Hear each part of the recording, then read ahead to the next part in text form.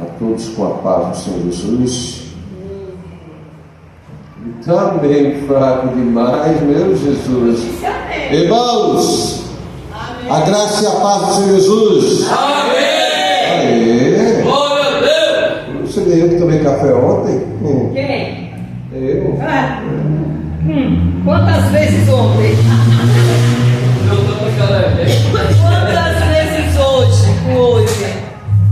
Vamos colocar em pé, por favor. Vamos ler a palavra do Senhor.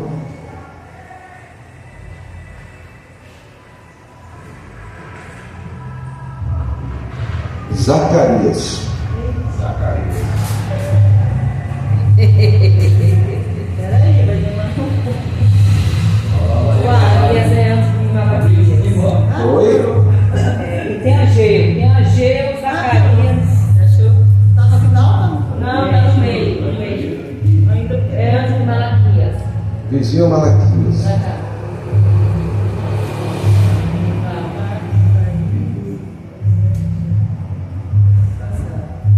Deus está num lugar diferente. Mudar a Bíblia dele, né? Isso aqui tem um monte de etiquetinha. Zacarias capítulo 4.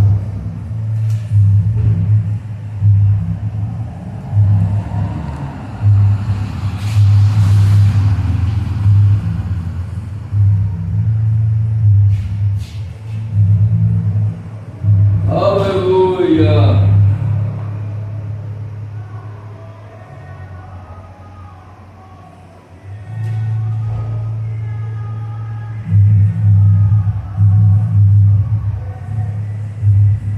Está escrito assim: esta é a palavra do Senhor a Zorobabel, dizendo: não por força, nem por violência, mas sim pelo meu Espírito, diz o Senhor dos Exércitos. Pode sentar-se. Glória a Deus. Aleluia!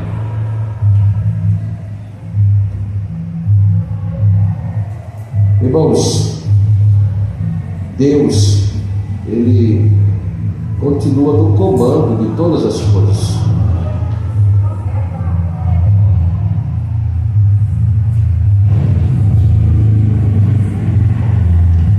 E uma estratégia de Satanás é levar com que as pessoas desacreditem nas Escrituras Sagradas. Por quê?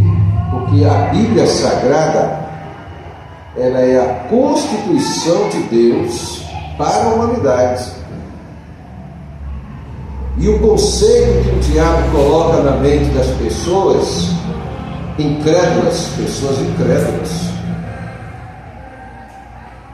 é que a Bíblia foi escrita pelo homem, então ela não tem valor. Deus poderia usar jumenta, cavalo, cachorro, o que ele quisesse. Só que as Escrituras Sagradas vai dizer para nós que elas foram escritas, primeiro, por homens santos, inspirados pelo Espírito Santo. Não foi pelo intelectual, apesar de que Deus usou várias classes de pessoas para escrever a sua mensagem.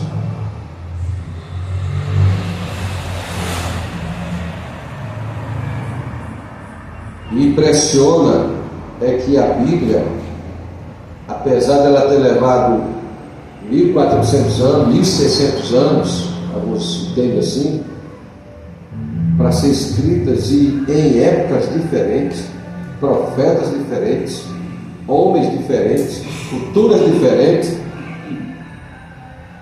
quando juntou esses livros, foram compilados,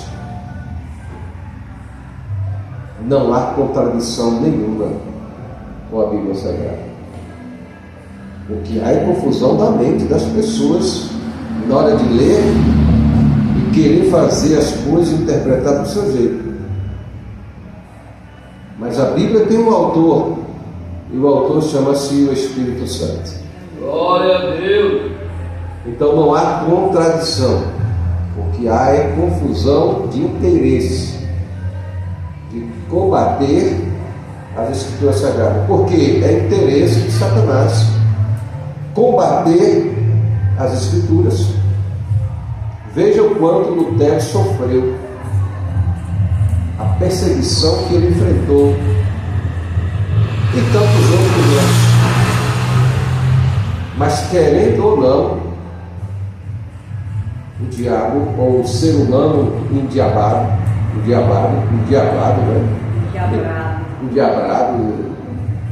infernizado, é diferente de infernizado, né? Ela foi escrita, porque ela vai trazer a revelação de Deus para nós, para o ser humano. Como é que funciona no céu, como é que deve funcionar na terra. Então ela é a constituição de Deus para a humanidade. E esse texto que nós lemos aqui em Zacarias capítulo 4, versículo 6, a parte B desse versículo, vai declarar para nós que as coisas não são feitas nem por força, nem por violência, mas elas são feitas pelo Espírito de Deus. Por que essa colocação? Zorobabel, porque no hebraico a palavra é Zurubabel. E o que significa Zurubabel? Nascido na Babilônia. Então Zorobabel, ele nasceu na Babilônia, no cativeiro, quando Israel, por desobediência a Deus, foi levado cativo para a Babilônia. Só que Zorobabel era judeu. E Zorobabel era um homem temente a Deus, um homem fiel a Deus, um homem dedicado às coisas de Deus. Porque Deus, ele não usa preguiçoso. Deus usa sempre quem está ocupado, quem está atarefado. Às vezes a pessoa sente: eu não quero fazer a obra de Deus. E tem gente já contestando essa questão dessa palavra obra de Deus, que a obra de Deus já foi feita na cruz do Calvário por Jesus. As pessoas fazem uma confusão, e o pior que são gente, influenciadores, gente entendida. Uma coisa é a morte de Jesus Cristo na cruz do Calvário para redenção, para a salvação da humanidade, daqueles que creem e recebem o sacrifício de Jesus Cristo na sua vida, e recebem Jesus Cristo como Senhor e Salvador. Quando se refere também à obra de Deus, está se referindo a ir cumprir o ídolo de Jesus, quando ele diz: ide pregar o Evangelho a toda criatura. Quando Deus levanta a igreja em Atos dos Apóstolos, ele dá uma comissão para a igreja. Ele reveste a igreja com poder, enche a igreja com o Espírito Santo. E agora vocês têm que ir e pregar a minha palavra em Jerusalém, na Judéia,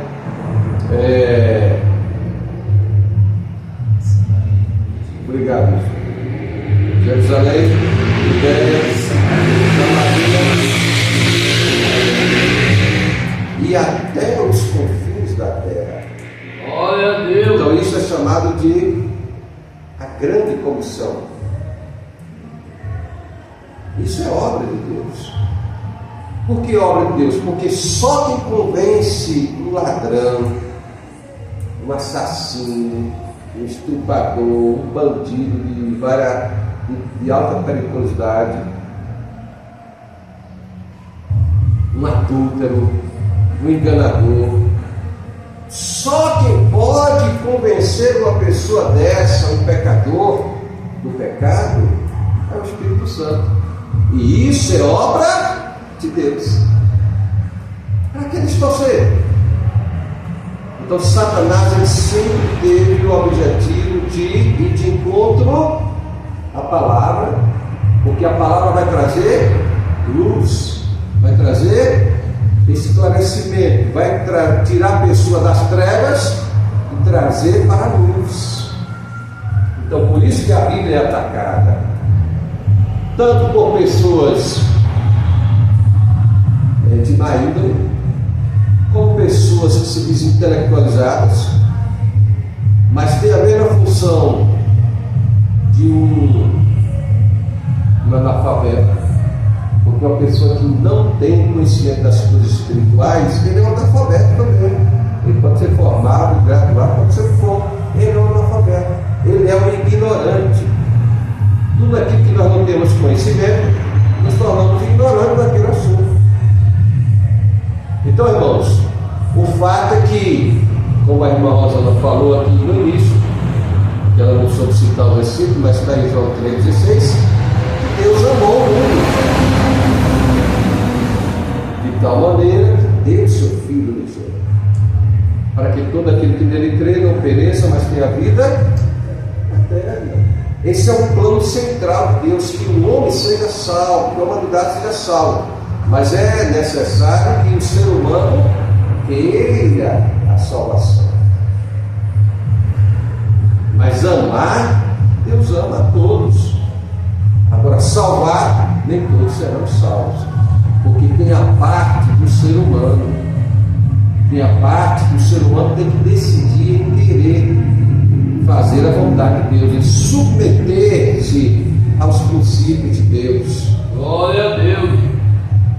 Voltando aqui ao texto, então Zorobabel, nascido na Babilônia, judeu, temente ao Senhor, dedicado à obra de Deus, às coisas de Deus,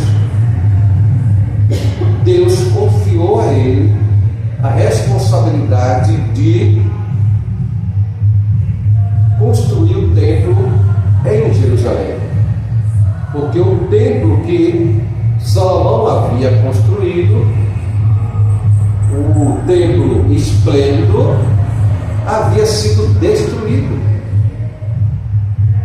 Além do templo ser destruído, todas as peças de ouro, de prata que tinha no templo, que era dedicado ao Senhor, foram levadas para a Babilônia para colocar lá no templo dos deuses.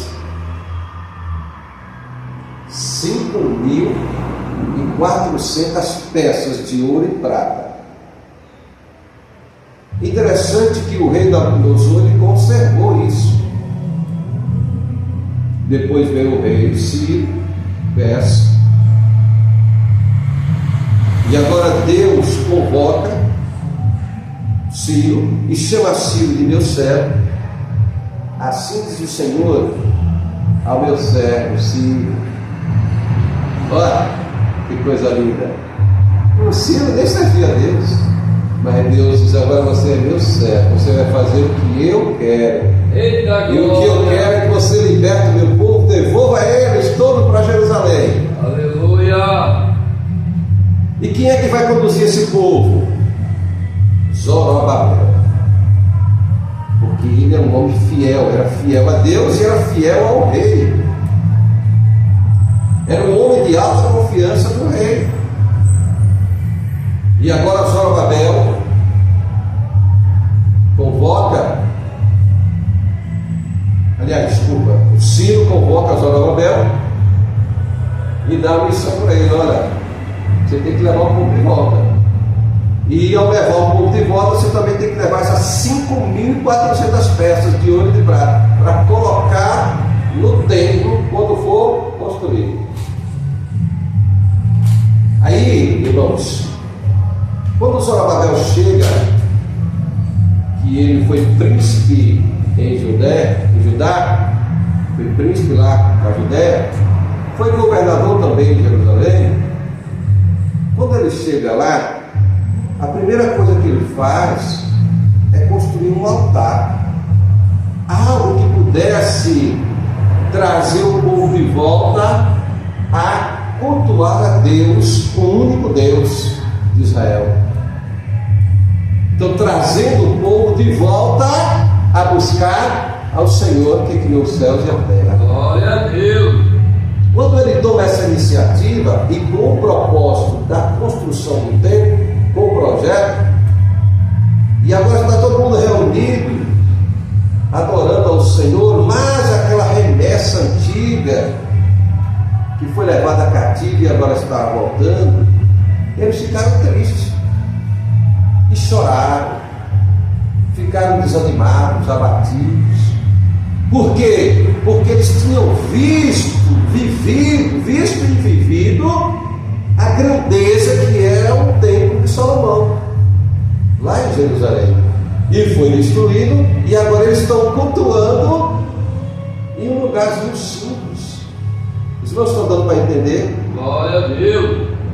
Não durma agora não. Então o que é que acontece?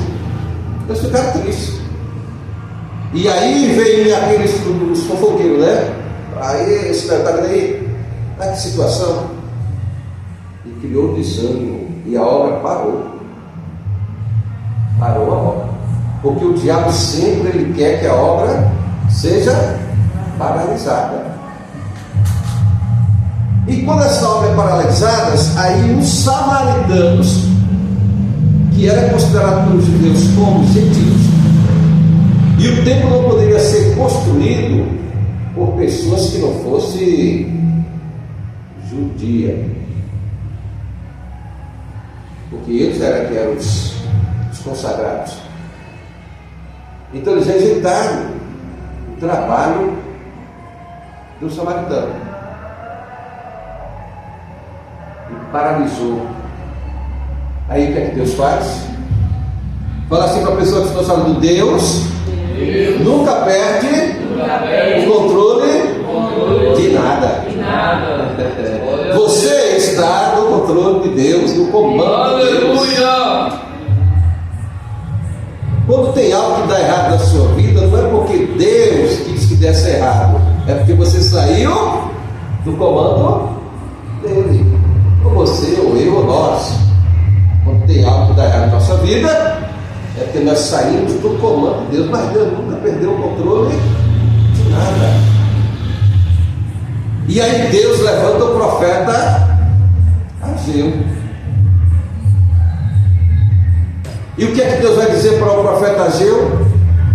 Usando ele, no capítulo 2, versículo 8, ele diz: minha é a prata e meu é o ouro.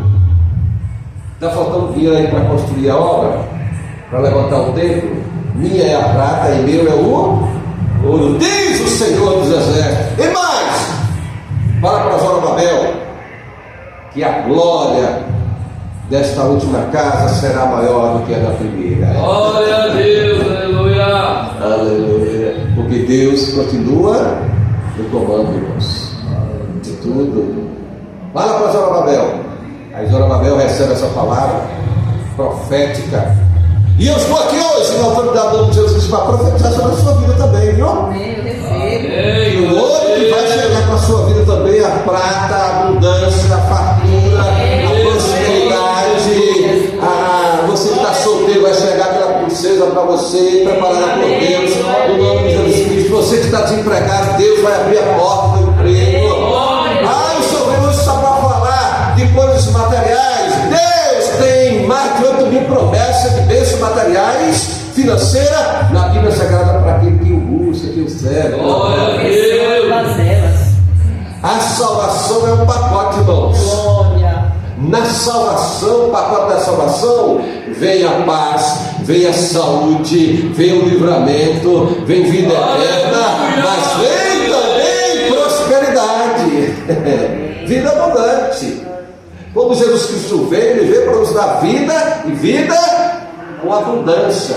Logicamente tem uma interpretação se é vida no espírito, lógico, Vida no Espírito tem que estar sempre abundante, mas as materiais ele diz: busca primeiro o meu reino e eu acrescento as demais coisas. Então está dentro do contexto, irmão. Deus, ele sempre tem um plano melhor para nossas vidas. Sempre ele tem. Então, se alguma coisa deu errado na nossa caminhada, o que a gente tem que fazer? Buscar o Senhor. Senhor, onde é que está dando errado isso aqui? Por que deu errado isso aqui? Mas eu estou aqui na tua presença. Eu sei que o Senhor tem o melhor para mim, para minha casa, para minha família, para meu trabalho, para o meu futuro. Quem é que sabe do nosso futuro? Não é a cartomante que sabe o nosso futuro. Que adivinha, Deus abomina. Quem sabe o nosso futuro é Deus, foi Ele que escreveu. Nós estamos escritos no livro de Deus. O nosso futuro está nas mãos de Deus. Não é na carta manda, não é na mão do cigano. O cigano diz: ei, dá gajão aí a sua mão para eu ler. Não, o nosso futuro não está na mão do gajão, do cigano. O nosso futuro está na mão de Deus. Entendeu, irmãos? Então o Senhor está dizendo para Zorobabel: a glória desta última casa vai ser maior do que a da primeira. Glória a Deus. Aí o povo, que acontece com aquele povo que estava desanimado, que estava sem rumo, sem direção, aquele povo toma um ânimo. E Zorobabel, homem valente, homem corajoso, homem dedicado, ele põe a mão na massa. Qualquer obra que a gente for fazer, irmãos, qualquer coisa, sempre tem um adversário, um inimigo, alguém para contestar. E se você estiver indo bem, pior ainda. Eu estava dizendo para o Wilson ontem, eu estava vendo um vídeo do camarada investidor chamado Fink, Thiago Fisch, uma coisa assim, um jovem, multimilionário, mas ele estudou aquele sistema, aquilo que ele tem hoje, ele se dedicou muitos anos, hoje tem resultado extraordinário. Então hoje ele tem uma vida financeiramente de excelência, vai para onde quer, como que quer, investiu nos pais, abençoou os pais, fez tudo que ele precisou materialmente. Hoje ele tem, mas houve uma dedicação, houve um tempo para ele conquistar isso. Mas o fato que eu estou mexendo com esse ponto é pelo seguinte: porque tem gente criticando ele, chamaram ele de coisas ruins que eu devo pronunciar aqui. Por que isso, irmãos? Inveja, porque o parasita, ele sempre vai ter alguma coisa para falar contra aquele que está avançando, que está crescendo, seja espiritualmente, seja na família, seja no emprego. Então nós temos que estar firmados na palavra de Deus. É isso, Jó. Deus te abençoe. Então, irmãos, nós precisamos confiarmos em Deus. Ele que vai à frente. Quando ele chamou Ciro de meu servo, olha, ei, meu servo Ciro, eu irei adiante de ti, endireitarei os caminhos tortuosos, quebrarei as portas de bronze, despedaçarei os ferrolhos de ferro, e dar-te-ei os tesouros escondidos e as riquezas encobertas, para que saibas que eu sou Deus de Israel. Aleluia. Eu sou Deus de Israel. Onde é que estão os tesouros escondidos, irmãos? Aleluia. Onde é que o ouro fica? Onde é que o petróleo fica? Verdade, ele é escondido. Mas Deus disse: eu vou te dar, Ciro. Mas você vai estar nas minhas mãos. E Deus usou Ciro para libertar o povo da escravidão lá do cativeiro, que é aquele período que o povo ficou lá. Você sabe por que o povo ficou lá 70 anos no cativeiro? Aí você vai dizer: você está querendo dízimo. Você é um imbecil, pensa dessa forma, mente pobre, miserável, ganancioso. Uma pessoa que ela não devolve o dízimo é porque ele é um indivíduo que ele não foi transformado. O coração dele está aqui nas coisas terrenas. Uma pessoa que entregou a vida dele de fato e verdade para Jesus Cristo, ele diz assim: esse carro é meu, essa casa é minha, isso aqui eu consegui com o meu suor, com o meu trabalho. Não, ele diz assim: o Senhor me deu. Então, como o Senhor me deu, eu estou devolvendo o que o Senhor me deu. Só uma 10ª parte, que é o mínimo, só para ter uma ligação espiritual, porque nada dá para devolver mais. No Novo Testamento se devolve só o mínimo, se dá mais. Você entende? Mas quando o coração diz: não, isso aqui eu consegui dar uma força no meu braço, na minha capacidade. Sim, que ele deu inteligência, que ele deu saúde, que ele deu livramento que você na hora que você nem sabia, e Deus te deu. Então o ganancioso, o avarento, né? O miserável, aquele entendimento mesquinho, pobre, ele vai estar com o coração. Jesus disse: onde você está, onde está o seu tesouro, está o seu coração. E mais, quando nós fazemos para Deus, para a obra, né? Então o que acontece? Deus só faz multiplicar, só multiplica. Irmãos, o pai de Mike Murdock era um homem que não teve entendimento assim da parte financeira, mas era temente ao Senhor, fiel a Deus, orava várias horas durante o dia. Mas o pai Murdock testemunha que ele já recebeu o entendimento dessa parte financeira, da prosperidade, né? Deus abençoou o Mike Murdock de forma extraordinária lá nos Estados Unidos. O que acontece? Mas o pai dele nunca teve uma doença, morreu com a idade avançada, mas nunca precisou tomar um remédio. E quem cuidou dele? O Senhor, porque era fiel, honrava a Deus, né? Então ele não teve um entendimento na parte financeira, mas ele teve na parte de comunhão com o Espírito Santo, com a palavra, na vida de oração. Então, irmãos, coisa boa é nós declararmos como Davi. E me chama a atenção Davi, um rei extraordinário. Davi, o que Davi fez quando chega ao final da sua vida? Ele pegou todo o seu tesouro, toda a sua riqueza, e ele doou, ofertou para a construção do templo em Jerusalém. Entendeu?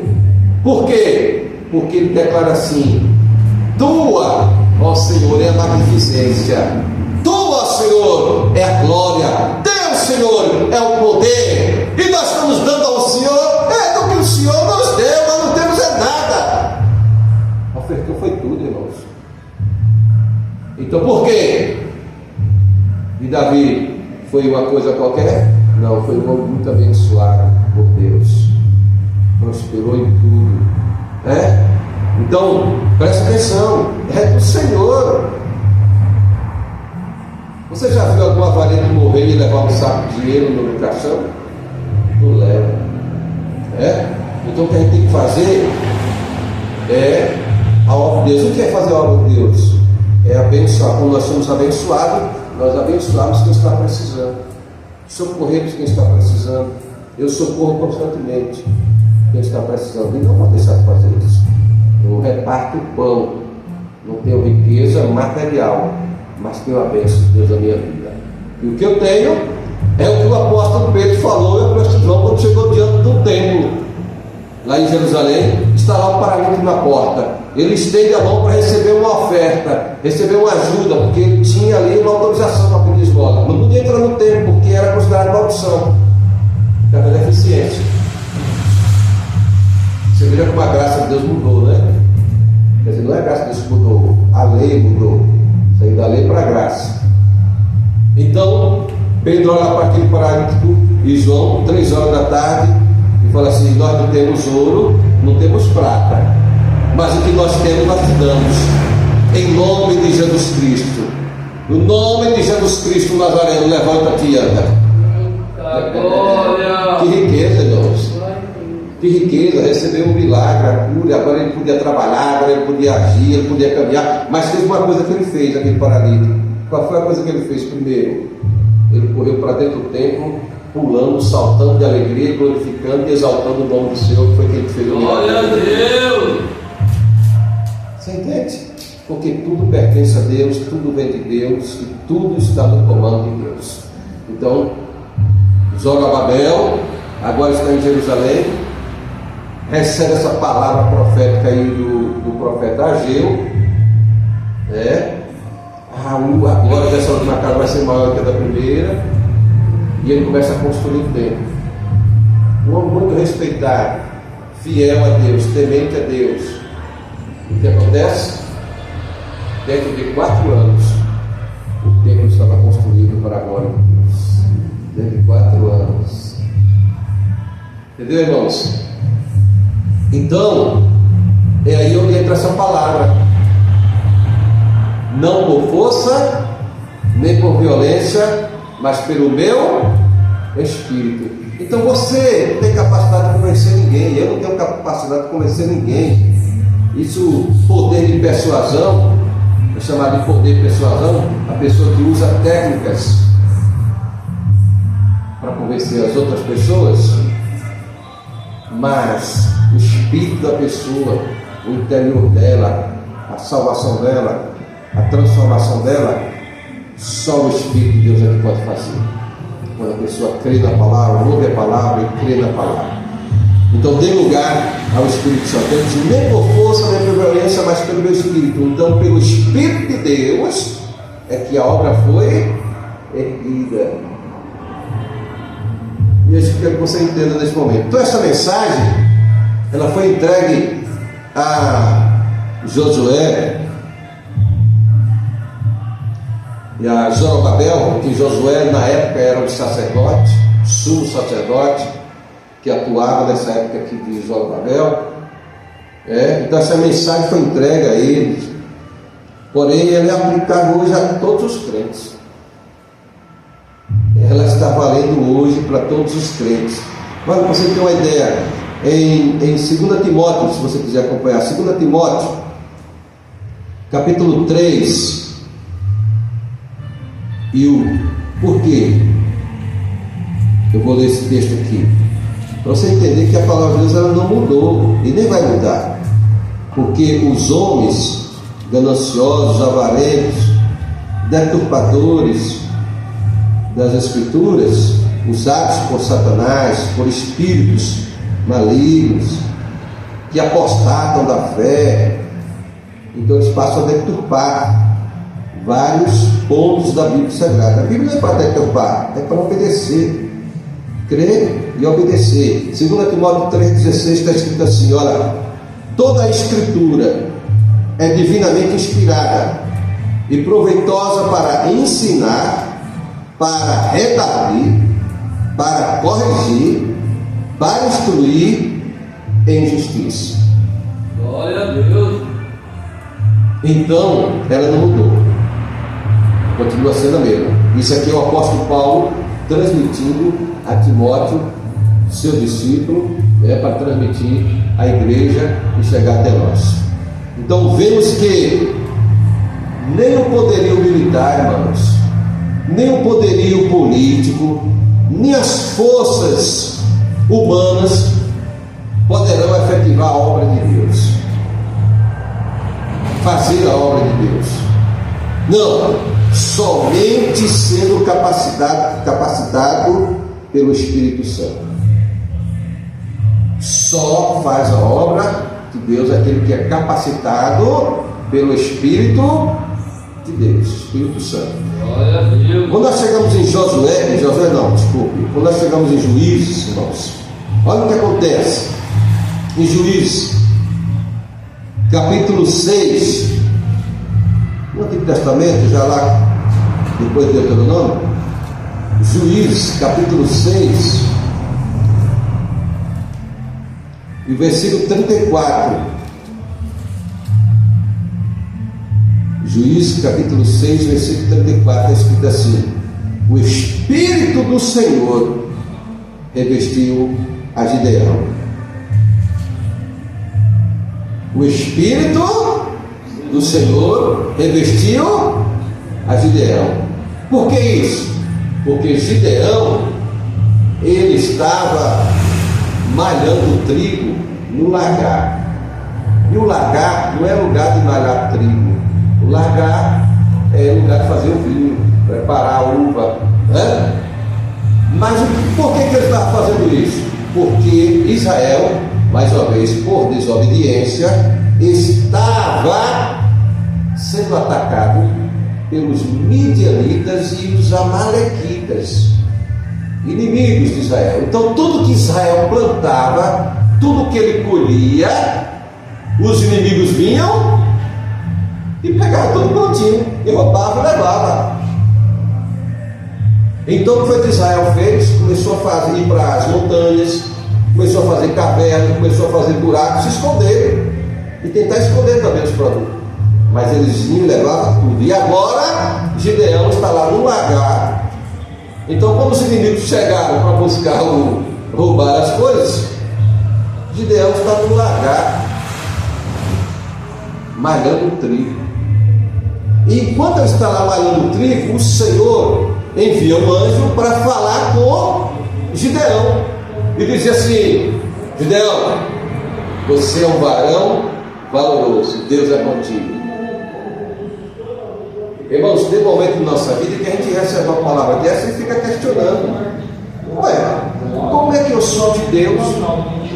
7004. Repetindo, como é que eu faço? 9921 7004. Lembrando que as vagas são limitadas. Como é que eu faço as coisas para Deus? E está me acontecendo tanta coisa adversa. Entende? Gideão estava lá trabalhando, valendo, era temente a Deus, mas estava sendo roubado, o povo dele estava sendo roubado, os inimigos atacando, levando tudo. Mas Deus olha do céu, contempla Gideão, Gideão, você é um varão valoroso. Glória a Deus. Você está vendo? Então, o que significa isso, irmãos? Que o que você está fazendo, se você está fazendo com qualidade, com excelência, continue fazendo, porque Deus está te vendo. Se Ele quer te mudar de nível, Ele vai mudar você de nível. Basta que você continue na sua posição, firme na sua posição. Aí o anjo chega e diz: ó varão valoroso, Deus tem uma missão para você. Qual a missão? Você vai libertar Israel dos seus inimigos, os midianitas e os amalequitas. Ah, Senhor, como é que o Senhor é conosco e nós estamos passando por tudo isso? E Gideão começa a fazer prova com Deus. Não vou entrar muito em detalhe aqui, está no tempo. Mas o fato é que Gideão, quando ele faz a prova com Deus, Deus foi mostrando que estava com Gideão. E no final, Deus usa Gideão para libertar Israel. E Gideão se torna um juiz em Israel. Por quê?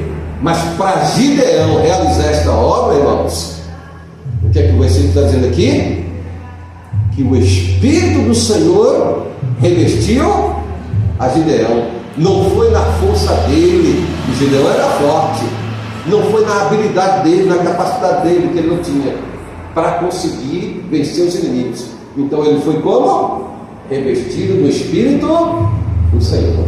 Amém? Então muitas vezes, quando nos falta as forças, nos falta a direção, enfrentamos uma adversidade, nós precisamos de quem? Do Espírito do Senhor, de nos revestir do Espírito do Senhor. Então, irmãos, Jesus, quando ele iniciou o seu ministério, ele também iniciou, não foi na sua força, na sua capacidade, ele iniciou o seu ministério na força do Espírito Santo, na força do Espírito do Senhor. Veja aí Lucas capítulo 4, versículo 18 para você, capítulo 4, versículo 1 e versículo 18, para você entender. Olha. Se não quiser ler, acompanhe, por favor. Capítulo 4, Lucas. E Jesus, cheio do Espírito Santo, voltou do Jordão e foi levado pelo Espírito ao deserto. Versículo 18. Ele chega lá na sinagoga e deram um livro para ele ler, do profeta Isaías, versículo 17. E foi dado o livro do profeta Isaías. E quando abriu o livro, achou um lugar em que estava escrito assim: o Espírito do Senhor é sobre mim, pois que me ungiu para evangelizar os pobres, enviou-me a curar os quebrantados de coração, a pregar liberdade aos cativos e restauração de vista aos cegos, e pôr em liberdade os oprimidos, e anunciar o ano aceitável do Senhor. Isso aqui é obra do Senhor. Então, para fazer a obra, o Senhor precisa estar revestido com o Espírito do Senhor. Para atender o chamado de Deus, precisamos estar revestidos com o Espírito do Senhor. E quando ele diz, o Senhor me ungiu para evangelizar os pobres, irmãos, ele não está falando só de pobre financeiramente, porque tem rico pobre e tem pobre rico. Ele está falando da riqueza espiritual, da pobreza espiritual, que se fosse assim, nem o rico seria salvo. Você já viu quantos empresários tem hoje servindo ao Senhor? Então ele está falando da pobreza de espírito. Então a pessoa tem dinheiro, mas ele é pobre, é miserável de espírito, é pobre, fraco. Por que um rico se suicida? Você tem tanto dinheiro? Porque falta a presença do Senhor, o Espírito de Deus na vida dele, né? Então, para Jesus iniciar o seu ministério, ele precisou do Espírito Santo. Para Gideão fazer a obra, ele precisou do Espírito Santo. Então, a igreja também, irmãos, ela foi revestida pelo poder do Espírito Santo no dia de Pentecostes para cumprir a grande comissão. Atos 1:8 vai dizer: eis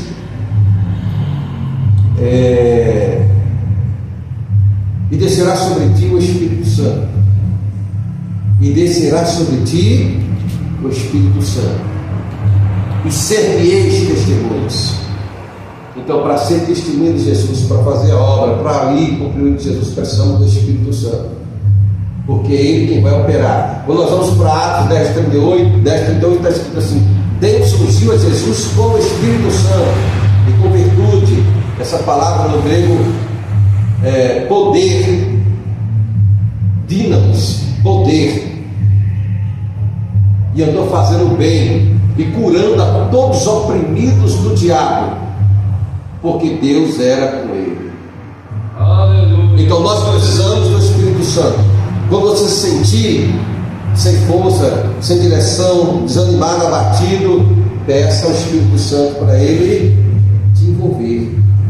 Mas tem que estar em relacionamento com ele, tem que buscar a ele, tem que se humilhar. Tem gente que fala assim: os humilhados serão exaltados. Errado. Os humilhados não são exaltados. Os que são exaltados é os que se humilham perante o Senhor. Está entendendo a diferença? Os que se humilham perante o Senhor, os que buscam o Senhor. Segundo Crônicas 7:14 vai dizer: o Senhor vai dizer, se o meu povo, que se chama pelo meu nome, se humilhar e me buscar. Você entende? Então não é os que são humilhados. Então a pessoa tomou uma bofetada, ou passou um constrangimento, alguma coisa, ele vai ser exaltado. Não, é aquele que se humilha perante o Senhor, e o Senhor vai levantar, o Senhor vai erguer, o Senhor vai abençoar, né? Quando a Bíblia diz para você procurar o seu quarto e buscar o Senhor e orar em secreto, e Deus vai te exaltar publicamente. Isso não significa dizer que não precisa de pastor e que você não precisa de ninguém mais. Não é isso que a Bíblia está ensinando. Está falando de um relacionamento que a gente tem que ter, conservar esse relacionamento, buscar o Senhor continuamente, estar fortalecido, ter uma intimidade com o Espírito Santo. Amém, irmãos? Então, somente o Espírito Santo governar e capacitar a nossa vida. Somente se o Espírito Santo governar e capacitar a nossa vida é que podemos cumprir a vontade de Deus. E por isso que Jesus batiza com os seus seguidores com o Espírito Santo. E para finalizar, para concluir, as dificuldades que elas aparecem, irmãos, parecem ser tão grandes. As dificuldades às vezes na nossa vida parecem ser tão grandes, elas parecem até como montanhas, mas elas são vencidas no poder do Espírito Santo. quando Ele opera em nós. Quando o Espírito Santo opera em nós estamos prontos. Dê lugar ao Espírito Santo, busque ao Espírito Santo, honre ao Espírito Santo, adore ao Espírito Santo. Glória a Deus, glória a Deus. Sirva a Deus com o coração limpo e verdadeiro. Deus te abençoe, vida e paz para você.